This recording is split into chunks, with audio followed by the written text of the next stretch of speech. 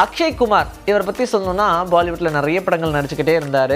தொடர்ச்சியாக நிறைய திரைப்படங்கள் வெற்றி தோல்வி அப்படின்ற மாதிரி ஒரு ஆசிலேஷன்லேயே இருந்தாலும் திடீர்னு பார்த்தோம்னா ஒரு மாஸ் வசூல்ன்ற மாதிரி 150 கோடி ரூபாய் வசூலிக்கிற ஒரு திரைப்படம் ஜாலி எல்எல்பி அப்படின்ற படம். அந்த படம் கொடுத்து ரசிகர்கள் மத்தியில் மறுபடியும் ஒரு மிகப்பெரிய இடத்த பிடிச்சிட்டாரு அப்படின்னு தான் சொல்லணும். சரி, இவரை பொறுத்த வரைக்கும் எப்போவுமே கொஞ்சம் இந்த ரீமேக் படங்கள்லாம் ஓகே அப்படின்னு சொல்லி சாலிடாக சொல்லிடுவார். ஏன்னா புதுசாக ஒரு கதையை ட்ரை பண்ணி அது மக்களுக்கு பிடிக்குமா பிடிக்காதான் ஜட்ஜ் பண்ணுறதை விட ஆல்ரெடி ஒரு திரைப்படம் ரிலீஸ் ஆகி அது ஒரு டைப் ஆஃப் ஆடியன்ஸ்க்கு பிடிச்சிருக்கும் இல்லையாப்பா, அது யாரும் பார்த்துருக்க மாட்டாங்க, அதை அப்படியே பிடிச்சிட்டு வந்து பாலிவுட்டில் போடுவோம், அதுக்கு ஓகே ட்ரஸ்ட் ஒர்த்தியாக சொல்லுவோம் அப்படின்ற மாதிரி தான் பிளான் பண்ணுவாங்க.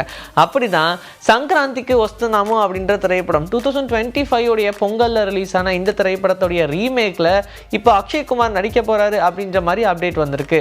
தில் ராஜு வாரிசு திரைப்படம் எடுத்தார் இல்லையா, அவருடைய ப்ரொடக்ஷனில் இந்த திரைப்படம் உருவாக போகுது அப்படின்னு சொல்லியிருக்காங்க. சங்கராந்திக்கு வஸ்துநாமம் அப்படின்ற திரைப்படம் ஒரு நல்ல வசூல் 300-350 கோடி ரூபாய்க்கு மேலே வசூலிச்சது. அதனால் ஒரு பெரிய நம்பிக்கையில் ஒரு நல்ல காமெடி படமாக இந்த படத்தை எடுக்கலான்ற மாதிரி பிளான் பண்ணி தான் அக்ஷய் குமார் கிட்ட கதையும் சொல்லியிருக்காரு. அவரும் ஓகேன்னு சொல்லிட்டாங்களாம். கூடவே வித்யா பாலன் கிட்டையும் பேச்சுவார்த்தை நடத்தியிருக்காங்களாம். எப்படி தெலுங்குல வெங்கடேஷும் ஐஸ்வர்யா ராஜேஷும் நடித்தாங்களோ அதே மாதிரியான ஒரு பேரா தான் அக்ஷய் குமாரும் வித்யா பாலனும் நடிக்க போகிறாங்க அப்படின்னு சொல்லியிருக்காங்க. ஸோ கூடிய விரைவில் இந்த படத்துடைய ஷூட்டை ஆரம்பிக்க போகிறோம் அப்படின்னும் ஒரு அனௌன்ஸ்மெண்ட்டை கொடுத்துருக்காங்க. அதுக்கான அஃபிஷியல் அனௌன்ஸ்மெண்ட் போஸ்டர்ஸ்லாம் ரிலீஸ் ஆகும்னு நம்பலாம். குடும்பஸ்தன் அப்படின்ற படத்துக்கு அப்புறமா எல்லாருடைய கவனமும் மணிகண்டன் மேலே தான் இருக்குது. ஏன்னா ஆல்ரெடி அவர் குட் நைட் அப்படின்ற படத்துலேயே ஒரு சூப்பரான நடிகர்ன்ற மாதிரி காமிச்சிருப்பாரு. இந்த குடும்பஸ்தன் படத்தில் இவரால் வசூலும் நல்லா வந்திருக்குப்பா அப்படின்ற மாதிரி தான் இருந்துச்சு. நல்ல திரைப்படம்ன்ற மாதிரி பேரும் எடுத்துச்சு அப்படின்னு சொல்லலாம். இப்போது அடுத்தபடியாக இவர் கிட்டத்தட்ட ஒரு 1/2 டஜன் படம் இருக்குப்பா. மக்கள் காவலன் அப்படின்ற ஒரு திரைப்படமும் நடிச்சிருக்காரு. அந்த படத்துடைய ரிலீஸும் கூடிய விரைவில். இது இல்லாமல் நிறைய படங்கள் அவர் சைன் பண்ணி வச்சிருக்காரு.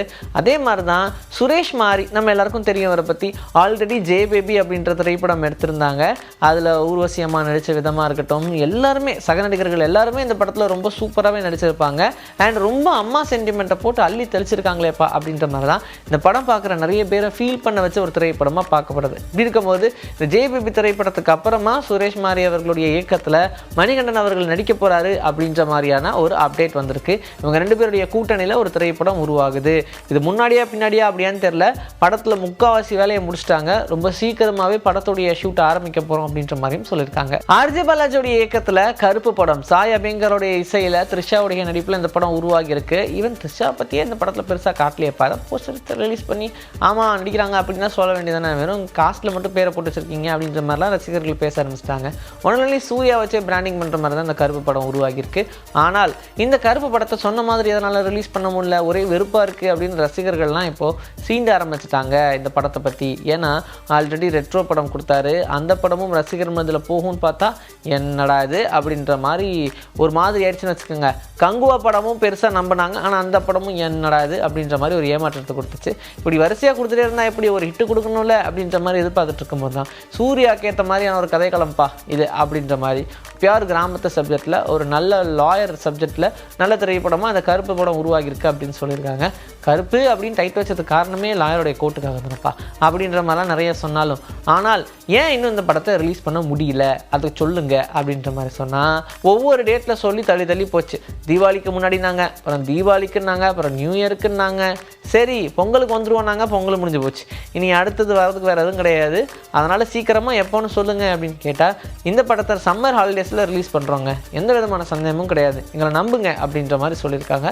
ஸோ சம்மர் ஹாலிடேஸில் தான் கருப்பு திரைப்படம் ரிலீஸ் ஆகணும்னு இருக்கோ என்னமோ. தனுஷோடைய நிறைய படங்கள் ரிலீஸ் ஆகிட்டு இருக்குப்பா. இட்லி கடைக்கு அப்புறமா நிறைய திரைப்படங்களும் ரிலீஸ் ஆகணுன்ற அனௌன்ஸ்மெண்ட்டும் வந்துருச்சு. அதான் கரை அப்படின்ற படத்துடைய ட்ரெய்லர் ரிலீஸ் பண்ணாங்க. இது இல்லாமல் அடுத்த திரைப்படமும் உருவாகிட்டு இருக்கு அப்படின்னு சொல்லிட்டாங்க. ஆனால் அது இளையராஜா அவருடைய பயோபிக் கிடையாது. ஏன் இளையராஜாவுடைய பயோபிக் பண்ண போகிறோம் அப்படின்னு 1.5 வருஷத்துக்கு முன்னாடியே சொன்னாங்க. இன்னும் ஏன் அந்த படத்துடைய அப்டேட் வராமல் இருக்குது, எதனால் ஸ்டார்ட் பண்ணாமல் இருக்காங்க? இளையராஜா அவர்களுடைய தீவிரமான ஒரு ரசிகர்கள் எல்லாரும் சேர்ந்துக்கிட்டு இந்த படத்தை நம்ம எடுக்க போகிறோம் அப்படின்ற மாதிரி இனிஷியேட் பண்ணாங்க. ஆனால் இன்னுமே அந்த படத்தை ஏன் எடுக்காமல் இருக்காங்க, அதில் என்ன சிக்கல் இருக்குது அப்படின்ற ஒரு விஷயத்தை யாருமே சொல்லலை. தனுஷுமே அடுத்தடுத்த திரைப்படங்கள் அப்படின்ற மாதிரி ஃபோக்கஸ் பண்ணி ஓடிக்கிட்டே இருக்காரு. பட் நிஜமாகவே ஒரு மாஸ்ட்ரோப்பா அவருடைய கதை எடுக்கிறோன்னு சொல்லிட்டு ஏன் இன்னும் எடுக்காமல் இருக்கீங்க அப்படின்ற மாதிரிலாம் நிறைய பேர் சொல்ல ஆரம்பிச்சிட்டாங்க. ஈவன் பயோபிக்கு ஒரு பெரிய ஸ்கோப் இப்போ இருக்குது. எப்போ எடுத்தாலும் ஓடக்கூடிய ஒரு கதை அப்படின்றதுனால அதை பார்த்துக்கலாம் பார்ப்பறமா அப்படின்ற மாதிரி விட்டாங்களா, இல்லை வேறு ஏதாவது ஒரு ஸ்பெஷல் டேயில் ரிலீஸ் பண்ணுவோம் அப்படின்ற மாதிரி இந்த படத்தை தள்ளி வைக்கிறாங்களா அப்படின்ற மாதிரி தான் தெரியல. சீக்கிரமாக ஏதாவது ஒரு முடிவுக்கு வாங்கப்பா அப்படின்ற மாதிரி ரசிகர்களே கேட்க ஆரம்பிச்சிட்டாங்க. இது 2 ரசிகர்களுக்குமே ஒரு பெரிய எதிர்பார்ப்பு. தனுஷோடைய ரசிகர்களுக்காக இருக்கட்டும், இல்லை இசைஞானி இளையராஜா அவர்களுடைய ரசிகர்களுக்காக இருக்கட்டும், எப்படியோ ரிலீஸ் பண்ணால் போதும், சீக்கிரமாக இந்த படத்தை எடுக்கிறக்கா ஸ்டார்ட் பண்ணுங்க அப்படின்ற மாதிரி தான் இப்போ கதை ஆரம்பிச்சிட்டாங்க. இன்றைக்கி நம்மளுடைய சினி பூத்தில் சினிமா பற்றின பல விஷயங்கள் பார்த்தாச்சு. இதே மாதிரி அடுத்த எபிசோடுக்கு ரெடியாக இருங்க. உங்களை நான் வந்து சந்திக்கிறேன். This is bye from Vijay. Take care.